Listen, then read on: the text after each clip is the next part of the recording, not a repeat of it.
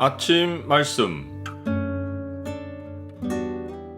오늘 본문 말씀은 사도행전 20장 1절에서 12절입니다.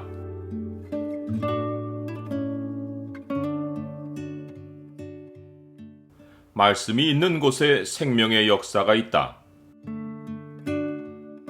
오늘 본문을 약속의 창으로 보면 말씀이 있는 곳에서 경험하는 역사가 무엇인지가 보입니다. 약속의 창을 보여주는 구절은 20장 12절입니다. 사람들이 살아난 청년을 데리고 가서 적지 않게 위로를 받았더라.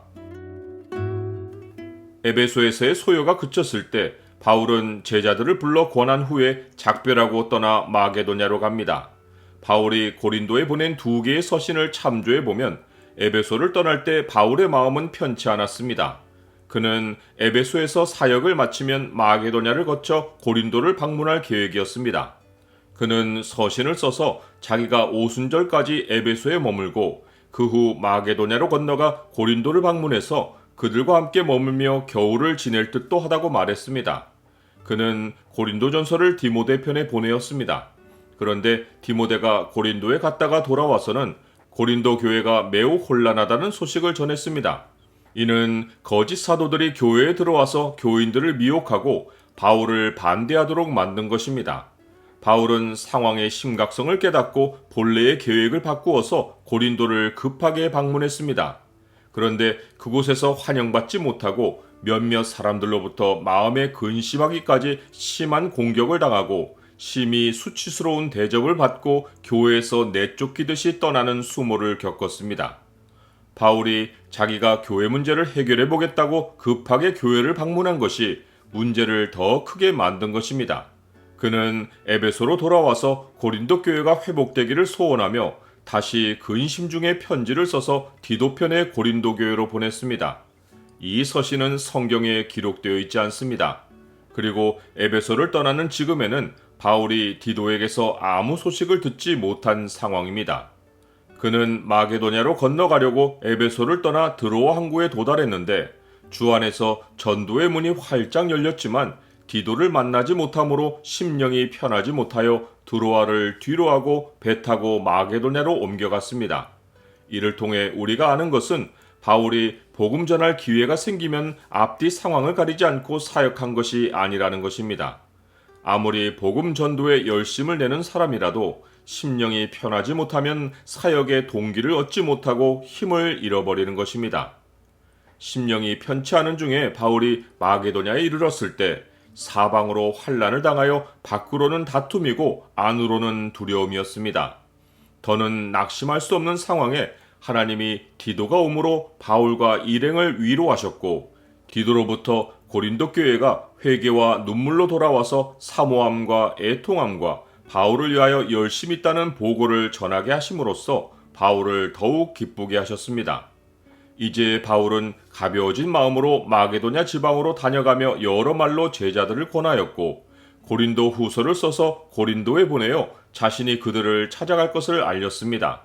그는 고린도 전서를 쓸 때 알렸던 계획대로 그곳에 석 달을 머물며 겨울을 보내었습니다. 하나님이 모두에게 하게 하신 근심이 선한 열매를 맺게 하고 전도 여정의 길을 다시금 순탄하게 열어준 것입니다. 이제 남은 일은 배 타고 안디옥이 있는 수리아로 갔다가 예루살렘을 방문하여 이방 교회들이 예루살렘에 있는 가난한 형제들을 위해 연보한 것을 전달하는 것입니다. 그런데 유대인들이 바울을 해하려고 공모하기에 북쪽 마게도냐를 거쳐 아시아 땅으로 돌아서 가기로 작정합니다. 이때 여러 형제가 함께 했는데 이들은 각 교회를 대표하는 자들로서 각 교회가 연보한 것을 지참하고 바울과 함께 예루살렘 교회로 가는 자들입니다. 거에게 연보였기에 하나님은 여러 사람을 붙여 연보의 전달을 확실하게 해서 오해가 없게 하셨고 혹시 모를 강도의 위협에서 바울과 일행을 보호하셨습니다. 나는 사람의 실수에도 불구하고 하나님이 인도하시는 일에는 빈틈이 없다는 사실을 믿습니까? 바울은 아시아로 건너가 드로아 항구에서 이래를 머물며 전에 가지지 못했던 전도의 기회를 가졌고 그 주간의 첫날 곧 안식 후 첫날 모든 그리스도인이 예배로 모이는 주일에 밤중까지 강론했습니다. 아마도 전도 여정의 마지막 날이라고 생각해서 그러한 것입니다. 이때 유두고라 하는 청년이 창에 걸터 앉아 있다가 졸음을 이기지 못하여 3층에서 떨어져 죽는 일이 일어납니다. 바울은 엘리야와 엘리사처럼 청년 위에 엎드려 그의 몸을 안고 말하며 떠들지 말라고 하고 생명이 그에게 있다고 알려줍니다. 바울이 전도 여정을 마무리하는 시점에 하나님이 죽은 청년의 생명을 살리게 하셔서 그동안 수많은 곳을 다니며 부활의 주님을 전했던 바울에게 부활의 실체를 보게 하셨습니다. 말씀이 있는 곳에는 생명의 역사가 있고 그 마지막은 모든 성도의 부활로 마무리될 것입니다. 주께서 호령과 천사장의 소리와 하나님의 나팔 소리로 친히 하늘로부터 강림하시리니 그리스도 안에서 죽은 자들이 먼저 일어나고 그 후에 우리 살아남은 자들도 그들과 함께 구름 속으로 끌어올려 공중에서 주를 영접하게 하시리니 그리하여 우리가 항상 주와 함께 있으리라.